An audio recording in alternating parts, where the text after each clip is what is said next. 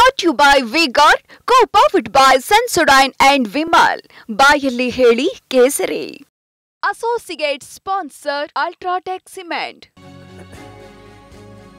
ಪ್ರಜ್ವಲ್ ರೇವಣ್ಣ ವಿರುದ್ಧ ಅತ್ಯಾಚಾರ black mail case. ADGP CID ಹಾಗೂ ಎಸ್ಐಟಿ ಮುಖ್ಯಸ್ಥರಿಗೆ ಮಹಿಳೆ ದೂರನ್ನ ನೀಡಿರೋದು. ಆ ದೂರಿನಲ್ಲಿರುವಂತಹ ಸ್ಫೋಟಕ ಮಾಹಿತಿ ಲಭ್ಯವಾಗಿದೆ. ಮಹಿಳೆ ದೂರಿನ ಅನ್ವಯ ದಾಖಲಾಗಿರುವಂತಹ ಎಫ್ಐಆರ್ ನಲ್ಲಿ ಏನಿದೆ? ನಿಜಕ್ಕೂ ಬಹಳ ಶಾಕಿಂಗ್ ವಿಚಾರಗಳಿವೆ.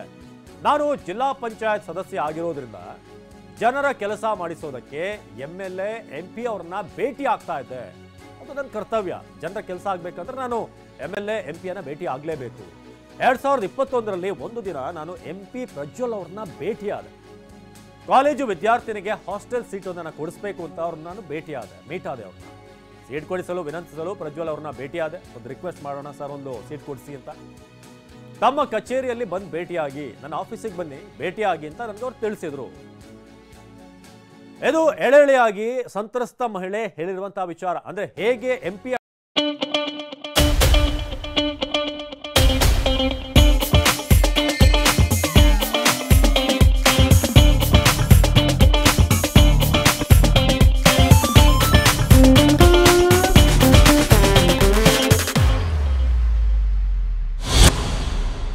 ಕಾಂಟ್ಯಾಕ್ಟ್ ಆಯಿತು ಅಂತ ಬಹಳ ಜನರಿಗೆ ಗೊತ್ತಿರೋದಿಲ್ಲ.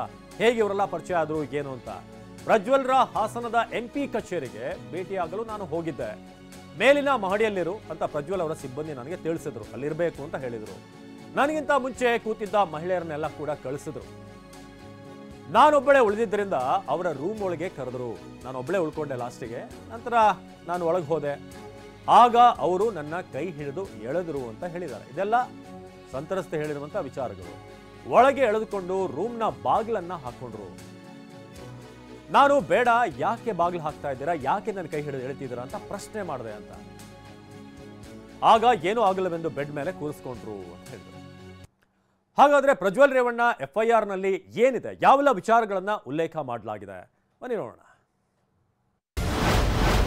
ಈ ದಿನ ಎಡಿಜಿಪಿ ಸಿಐಡಿ ಹಾಗೂ ಮುಖ್ಯಸ್ಥರು ವಿಶೇಷ ತನಿಖಾ ತಂಡ ಸಿಐಡಿ ಬೆಂಗಳೂರು ಇವರು ಕಳಿಸಿಕೊಟ್ಟ ದೂರುದಾರಳಾದ ನಾನು ಪತಿ ಜೊತೆ ಹಾಜರಾಗಿ ನೀಡಿದ ಫಿರ್ಯಾದನ್ನ ಸ್ವೀಕರಿಸಿದ್ದು, ದೂರಿನ ಸಾರಾಂಶವೇನೆಂದ್ರೆ, ನಾನು ಜಿಲ್ಲಾ ಪಂಚಾಯಿತಿ ಸದಸ್ಯ ಆಗಿದ್ರಿಂದ ಸಾರ್ವಜನಿಕರ ಕೆಲಸ ಮಾಡಿಕೊಡುವುದಕ್ಕಾಗಿ MLA MP ಹತ್ರ ಹೋಗಿದ್ದೆ.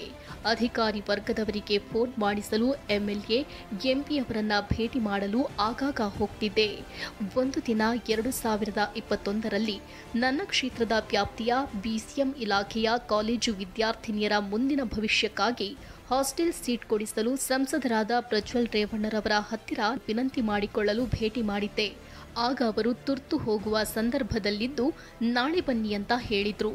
ಮರುದಿನ ನಾನು ಅವರನ್ನ ಭೇಟಿ ಮಾಡೋದಕ್ಕೆ ಅವರ ಹಾಸನದ MP ಕಚೇರಿ ಹಾಗೂ MP ನಿವಾಸಕ್ಕೆ ಹೋದಾಗ ಅವರ MP ನಿವಾಸದ ಕೆಳಗಿನ ಹಾಲಿನಲ್ಲಿ ತುಂಬಾ ಜನರಿದ್ರು. ಅಲ್ಲಿರುವ ಸಿಬ್ಬಂದಿ, ನೀವು ಮೇಲೆ ಇರಿ, ಅಲ್ಲಿ ಮಹಿಳೆಯರು ಇದ್ದಾರೆ ಅಂತ ಹೇಳಿದ್ರು. ನನ್ನನ್ನ ಅವರ MP ನಿವಾಸದ ಮೇಲೆ ಮಹಡಿಗೆ ಕಳಿಸಿದ್ರು. ಸಂಸದ ಪ್ರಜ್ವಲ್ ರೇವಣ್ಣ ಕೆಳಗೆ ಸಾರ್ವಜನಿಕರನ್ನ ಮಾತನಾಡಿಸಿಕೊಂಡು ಬಳಿಕ ಮೇಲೆ ಹಾಲ್ ಹತ್ತಿರ ಬಂದ್ರು. ನನಗಿಂತ ಮುಂಚೆ ಹೋಗಿ ಕೂತಿದ್ದಂತಹ ಮಹಿಳೆಯರನ್ನ ಮೊದಲು ಮಾತನಾಡಿಸಿ ಕಳುಹಿಸಿದ್ರು. ಕೊನೆಗೆ ಒಬ್ಬಳೇ ಉಳಿದುಕೊಂಡೆ. ಆಗ ಅವರು ನನ್ನನ್ನ ಮೇಲೆ ಅವರ ರೂಮ್ ಒಳಗೆ ಕರೆದ್ರು. ನಾನು ಒಳಗೆ ಹೋದೆ. ಆಗ ಅವರು ನನ್ನ ಕೈ ಹಿಡಿದು ಎಳೆದುಕೊಂಡು ರೂಮ್ ಬಾಗಿಲನ್ನ ಹಾಕಿಕೊಂಡ್ರು. ಆವಾಗ ನಾನು ಬೇಡ, ಯಾಕೆ ಬಾಗಿಲು ಹಾಕ್ತಿದ್ದೀರಾ ಎಂದು ಕೇಳಿದೆ. ಆಗ ಪ್ರಜ್ವಲ್ ರೇವಣ್ಣ ಏನೂ ಆಗಲ್ಲ ಅಂತ ಹೇಳಿ ನನ್ನನ್ನ ಬೆಡ್ ಮೇಲೆ ಕೂರಿಸಿಕೊಂಡ್ರು. Brought to you by V-Guard, co-powered by Sensodyne and Vimal. ಬಾಯಲ್ಲಿ ಹೇಳಿ ಕೇಸರಿ. Associate sponsor Ultratech Cement.